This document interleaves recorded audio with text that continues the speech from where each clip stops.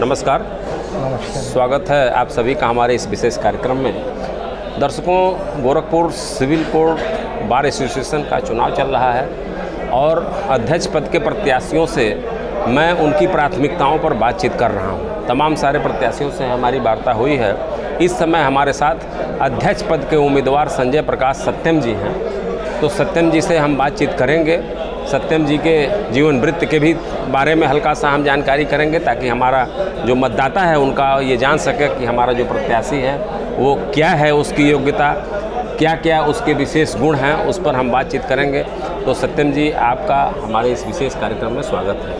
नमस्कार। आपका जैसा कि मैंने आपका नाम बताया है, मैं चाहूँगा कि आप अपने बारे में पूरा परिचय, आपके माता पिता का नाम, आपका गांव कहाँ है, आपकी जो प्राथमिक शिक्षा से लेकर के विधि स्नातक की जो पढ़ाई हुई वो कहाँ कैसे हुई, उसके बारे में ज़रा अपने मतदाताओं को बताइए।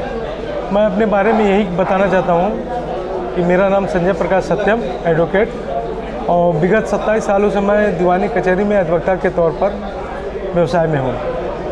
इसके साथ ही साथ मैं तमाम सामाजिक संगठनों से जुड़ा हूँ, समाज के लिए रचनात्मक काम करता हूँ। जैसे कोरोना काल में सबसे ज़्यादा पीड़ित जो गरीब व्यक्ति थे, उनके लिए हमने 3 महीने तक बिना किसी शासकीय सहयोग की 3 महीने तक लोगों को के घरों में खाना पहुँचाना, राशन पहुँचाना और बच्चों की दवाएं, ये सारे पहुँचाने का काम किया। मतलब सामाजिक कार्यों में लगातार आपकी भागीदारी रही है। आप विधि स्नातक कब हुए और कब से आप विधि व्यवसाय में हैं, क्या कहेंगे? 97 से हम विधि व्यवसाय में हैं। अच्छा। और तो उसी साल आप विधि स्नातक भी लगभग?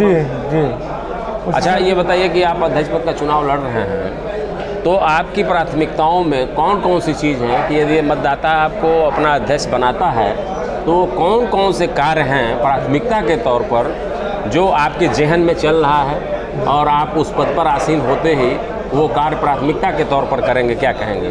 सबसे पहली बात है कि मैं अपने मतदाताओं से ये एक निवेदन करना चाहता हूँ कि ये जो चुनाव हो रहा है, ये चुनाव 1 वर्ष के लिए होता है, लेकिन यहाँ पे जितने प्रत्याशी जीतने के बाद जो है इस चुनाव के टर्नओवर को 2 साल 2.5 साल तक खींच ले जाते हैं, इसको मैं प्राथमिकता के तौर पर समाप्त कराऊँगा।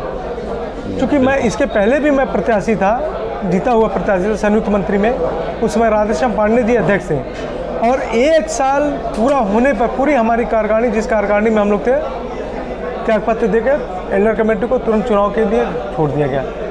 इसलिए कि हम लोग निष्पक्ष रूप से अधिवक्ताओं के हित के लिए काम करना चाहते हैं, समाज के लिए काम करना चाहते हैं, और जो गरीब गुरबा यहाँ पे आता है उसके साथ न्याय हो सके। बिल्कुल। मतलब चुनाव पर प्रक्रिया में जो शुचिता है उसको हम बनाए रखना चाहते हैं। दूसरी प्राथमिकता क्या है? दूसरी प्राथमिकता ये है कि यहाँ पे जिस तरीके से हमारी महिला अधिवक्ताओं की संख्या बढ़ती जा रही है, बिल्कुल, उनके लिए अलग से कॉमन रूम हो, बैठने की व्यवस्था हो, और उनके लिए किताब वगैरह जो आती है लॉ से संबंधित वो मुहैया कराया जाए।